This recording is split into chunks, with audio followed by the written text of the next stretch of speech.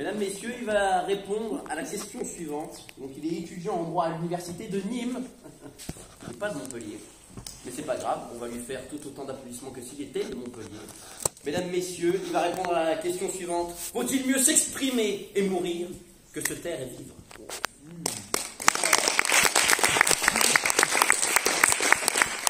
Vous avez applaudi la question, c'est génial. Il va répondre par la positive. Mesdames, Messieurs, faites beaucoup d'applaudissements, comme pour la question pour Monsieur Albert Cocouillet.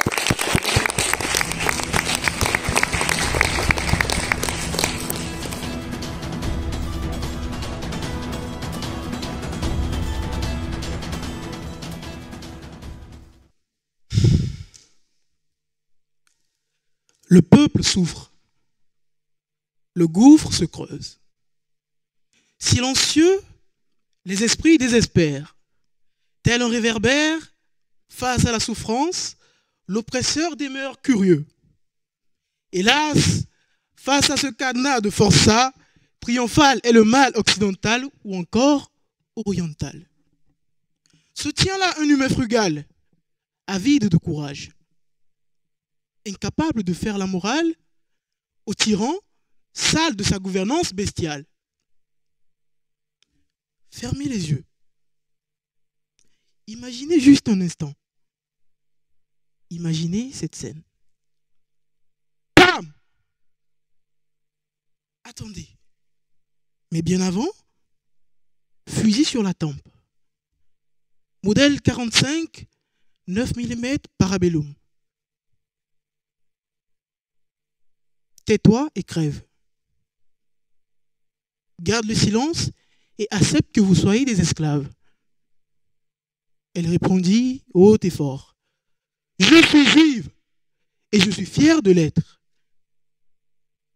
À la fin de cette phrase, retentit un son échoïque, la retournant sur le sol. Elle s'écroule devant ses enfants, semant paradoxalement dans leur cœur chagriné l'espoir d'un courage et de la revendication de leurs droits. Cher auditoire, c'est avec une distinction obséquieuse que je me transmets aujourd'hui devant vous en tant que défenseur des droits de l'homme, et je vous transmets également mes salutations obséquieuses. Faut-il s'exprimer et mourir ou se taire et vivre? Je viendrai à ce pays, je lui dirai, embrassez-moi sans crainte. Et si je ne sais que parler, c'est pour vous que je parlerai. Ma bouche sera la bouche des malheurs qui n'ont point de bouche. Ma voix, la liberté de celles qui s'affaissent au cachot du désespoir. Aimé Césaire. S'exprimer et mourir, se taire et vivre. Je vais vous parler de Alexandre. Le mois passé, Alexandre doit aller taper sur des policiers durant la manif des réformes des retraites. Mais sur le chemin, il reçoit un message. Un message de sa petite amie qui dit « Alex, tu rentres quand? J'ai une surprise pour toi. » Avec un emoji coquin et la courgette violette de surcroît. Vous savez de quoi je parle. Et bien sûr, Alex a délaissé ses copains pour aller prendre du temps avec sa copine. Vous savez, j'aimerais être aussi à la place d'Alex, mais ma copine, elle est plus Macron dehors que viens au ciné, quoi. Mesdames et messieurs, je préfère m'exprimer et mourir que de me taire et vivre. Vivre comment? Vivre indignement? Vivre sans remords? Exister sans pour autant vivre? Le décor est planté. Et bien sûr, d'autres me demanderont à quoi servirait de mourir si la cause que nous défendons vit longtemps plus que nous? Eh bien, c'est une question qui est bel et bien ignorante. Dites-moi, se taire est-il réellement le seul moyen de lutter contre l'oppresseur? Eh bien, moi, je pense que non. Certains craignent de s'exprimer. Ils ont peur de la force brutale. Si certains d'entre eux sont présents dans la salle ce soir, j'aimerais leur demander exprimer ces revendications ou mourir avant 64 ans. Le choix est vite fait. Pensez-y. Je ne suis pas Jean-Luc ni Martinez, mais je pense bel et bien que vous aurez un bon choix.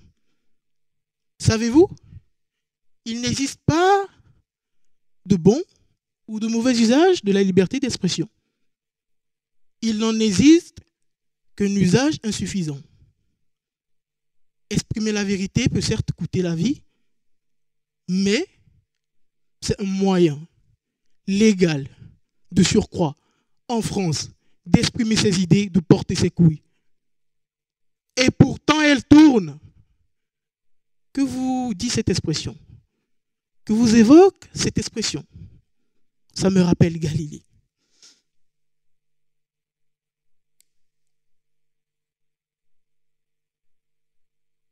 Galilée s'est confronté à l'Église catholique. Il en a payé de sa liberté et de sa vie. Mais aujourd'hui, la théorie de Galilée constitue les soubassements des plus grandes théories scientifiques dans l'astronomie. Vous me direz certainement que Rosa Parks aurait vécu longtemps si elle avait juste accepté de se lever et de changer de siège dans le bus ce jour-là. Eh bien, moi, je vous dirais que si Rosa Parks s'était levée, on aurait loupé un grand épisode de la révolution afro-américaine. Cher auditoire, dois-je vous rappeler Martin Luther King? Dois-je vous rappeler Malcolm X? Ou dois-je encore vous rappeler Nelson Mandela? Encore plus proche de nous, dois-je vous rappeler Victor Hugo et les raisons de son exil? Je ne pense pas. Au loin retentissaient les voix de notre camarade Boutentrin, mais de surcroît le plus timide d'entre nous. Ce jour-là, je me suis remis en question. Mesdames et messieurs, exprimez-vous pour la bonne cause. Faites-le sans retenue. Ne craignez pas de mourir puisqu'on est déjà mort de toute façon. Ne gardez pas le silence par peur. N'ayez aucune place pour la rancœur. Vous savez, pour ma part, je préfère vivre un seul jour comme un lion que de vivre 100 jours comme un mouton. Je vous remercie.